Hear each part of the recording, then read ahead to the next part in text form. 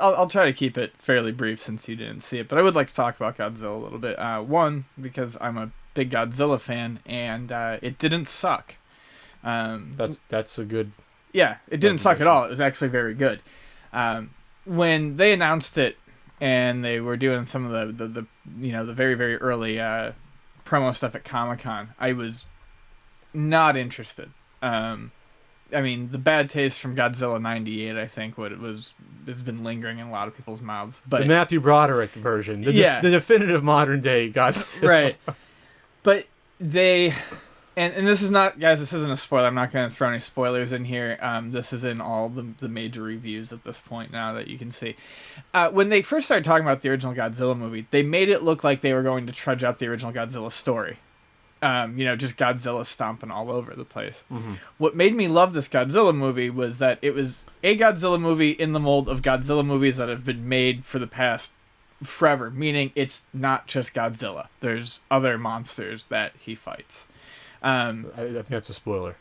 Not really. I didn't know that. There's more than one monster then. Okay. Yeah, that's Godzilla movies, and it's in every No, it's not. review. That's not the first Godzilla movie. Right. There's been 30 of them. But I mean, that's not there's been 30. But you thought them. this was a reboot. But then they did a great job of hiding that because the trailers, they don't show any other monster. Well, like I said, I haven't seen the commercials. I'm pretty sure the commercials do. If they don't, though, like I said, this is something you find out in the first 15 minutes. This is not something that should be a spoiler to anyone.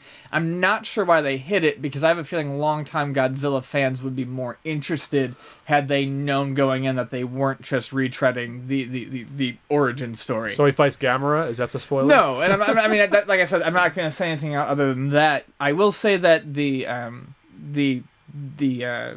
human players, Bryan Cranston is in it.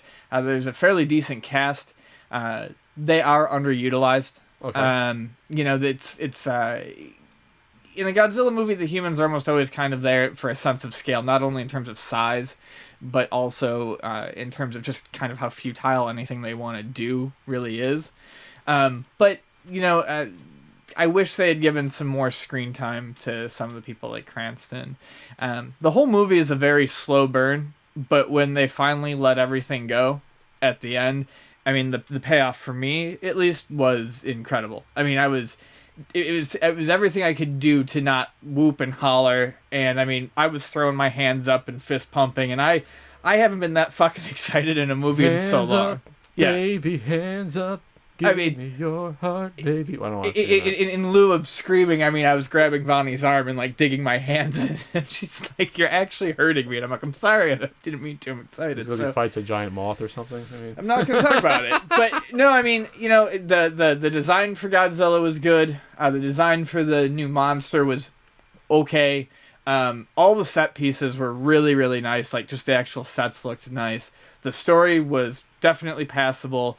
And I mean, I've definitely passable. Yeah, but I mean, from someone, I haven't seen all the Godzilla movies. I've probably seen 15 or so of them. Uh-huh. I would put it in the upper percentile, and I mean that's really good for a Godzilla movie made in the United States, by I think a British director.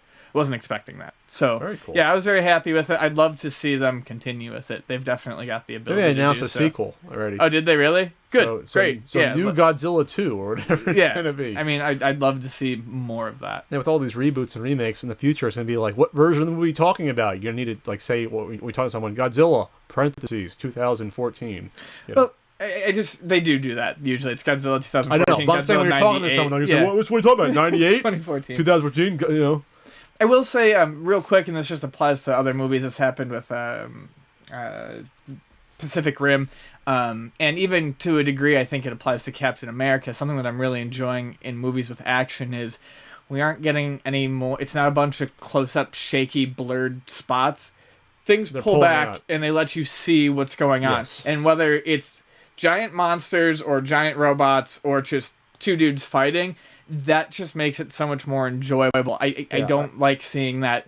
Yeah, the shaky thing was like for a few years, Paul Greengrass popularized it, where it was like, oh, it's shaky, it's more realistic. Yeah, you can't see shit going on, though. The second Bourne movie is the worst of those offenders. The second Bourne movie, the Bourne Supremacy, you can't see what the hell's going on in any of the action scenes.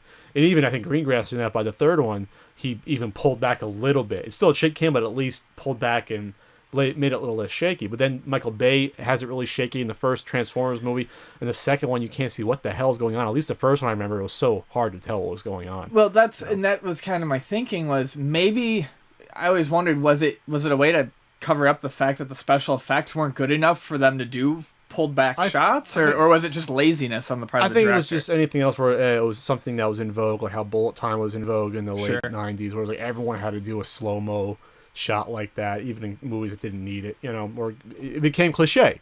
Now it's like lens flare. That's like the thing now, like putting putting in artificial lens flare, which doesn't make any sense. Because then you realize that hey, I'm watching it on a camera, shooting it. It doesn't make any sense. Other than it to be a cool little, I don't know, visual. It looks like a video game. I think that's what it is. So in short, if you're a Godzilla fan, you will go see it. If you're on the fence, you know what, you're probably still gonna like it. Well, I celebrated a birthday and I got a haircut, so that was my since the last podcast. Yeah.